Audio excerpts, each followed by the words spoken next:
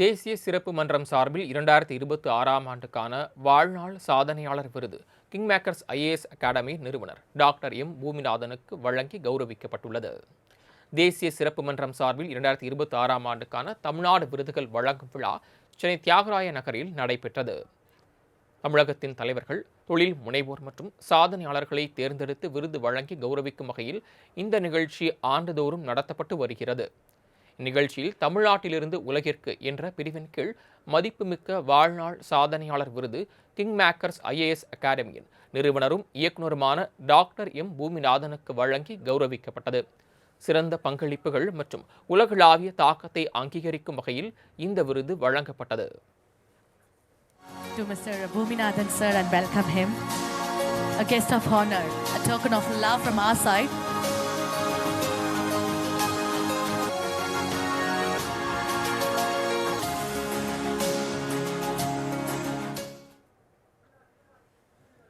இந்நிகழ்ச்சியில் நடிகை லைலா மற்றும் கிங்மேக்கர்ஸ் ஐஏஎஸ் அகாடமியின் நிறுவனர் பூமிநாதன் ஆகியோர் சிறப்பு விருந்தினர்களாக கலந்து கொண்டு விருதுகளை வழங்கி கௌரவித்தனர்.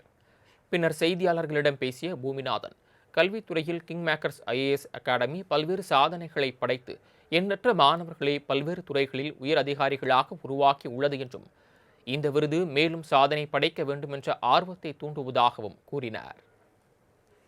நேஷனல் எக்ஸலன்ஸ் கவுன்சில் ரொம்ப சிறப்பாக பண்ணிக்கிட்டு இருக்காங்க இந்த அவார்ட் செரமனியை. இன்னும் எதிர்காலத்தில் பல சாதனைகள் செய்யணும் அப்படின்னு ஒரு உற்சாகத்தையும் ஊக்கத்தையும் கொடுக்கும் விதமாக இந்த அவார்ட் செரமனி அமைஞ்சது. தமிழ்நாட்டில் பல்வேறு துறைகளில் முதன்மையாக வருவதற்கு இந்த ஒரு அவார்ட் செரமனி ஒரு மிகப்பெரிய ஒரு விதையை இன்றைக்கி விதைச்சிருக்காங்க அப்படின்னு நினைக்கிறப்ப ரொம்ப மகிழ்ச்சியாக இருக்கிறது. கல்வித்துறையில் கிங்மேக்கர்ஸ் ஐஏஎஸ் அகாடமி பல சாதனைகளை புரிந்திருக்கு.